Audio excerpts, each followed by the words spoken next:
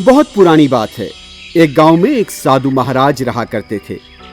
वो थे तो सन्यासी, लेकिन पैसों के बहुत लालची थे। इसलिए वो हर रोज गांव-गांव घूमकर बयान दिया करते थे।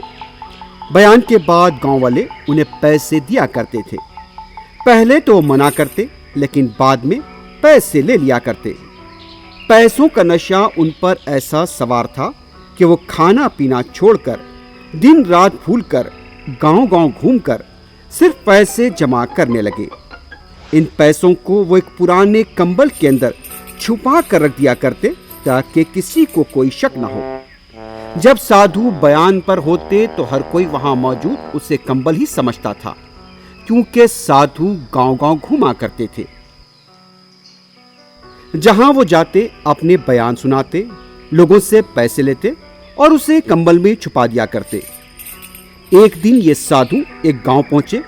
वहां पर उन्होंने अच्छा बयान दिया। फिर क्या था, गांव वालों ने उन्हें बहुत सारे पैसे दिए।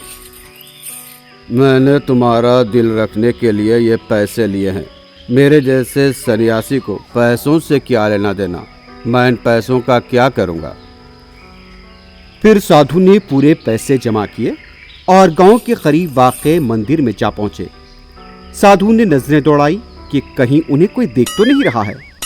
फिर अपने पास मौजूद पैसों को अपने कंबल में छुपा दिया। फिर उन्होंने कंबल में से सारे पैसे निकाले और उन्हें गिनने लगे और बहुत खुश होकर फिर वापस में पैसों को कंबल में छुपा दिया। उसके बाद हर रोज की तरह वो कंबल को सर के नीचे रखे और आराम से सो गए। साधु की हरकतों को आशादार भूति नामी शख्स देख रहा था। दूसरे दिन सुबह आशारात भूति सन्यासी का लिबास पहनकर उस मंदिर पहुंचा और साधु से मुलाकात की। स्वामी जी, मेरा नाम आशाद भूति है। आपके बहुत सारे बयान सुन चुका हूँ और मैं आपसे बहुत मुतासिर हूँ, इसलिए मैं आपका शागिर्द बनना चाहता हूँ। आपसे बहुत कुछ सीखना चाहता हूँ। मेहरबानी करके मुझे अपना शागिर्द बना लीजिए। मुफ्त में काम करने वाला मिल रहा था। ये सुनकर साधु दिल ही दिल में खुश हो रहा था। फिर साधु ने आशारात भूति को अपना शागिर्द बना लिया। उस दिन से आशाद भूति हमदर्दी जताने का ड्रामा करने लगा। साधु के पैर दबाना, पंखे से हवा करना और उनके दूसरे काम करने लगा।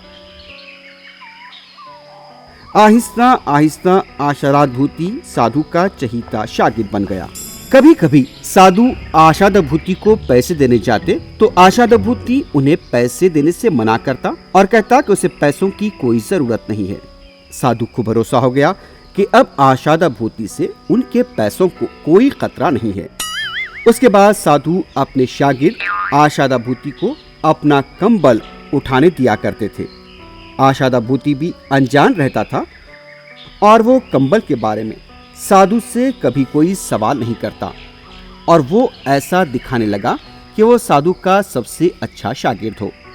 एक दिन थोड़ा घुमा फिराकर बताने की कोशिश की कि शायद उसे कंबल में कुछ पैसों के बारे में पता चले। फिर भी आशाद भूति अनजान रहा।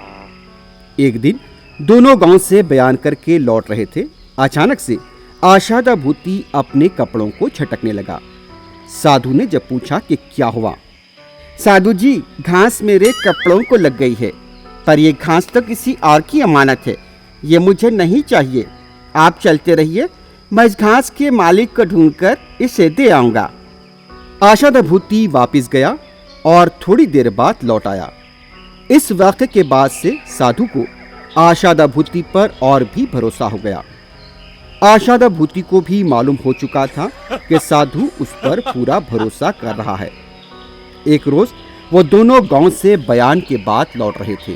शाम होने लगी थी। साधु शाम की पूजा की तैयारी कर रहे थे। अपना कंबल और दूसरा सामान आशाद भूति के हवाले की। नहाने के लिए तालाब में उतरे।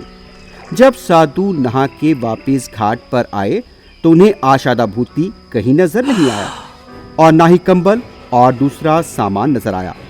उन्होंने समझ लिया कि उन्हें ठग लिया गया है और वो अपनी पेशानी पीटने लगे और चिल्लाने लगे, आशाद भूति, आशादाभूति।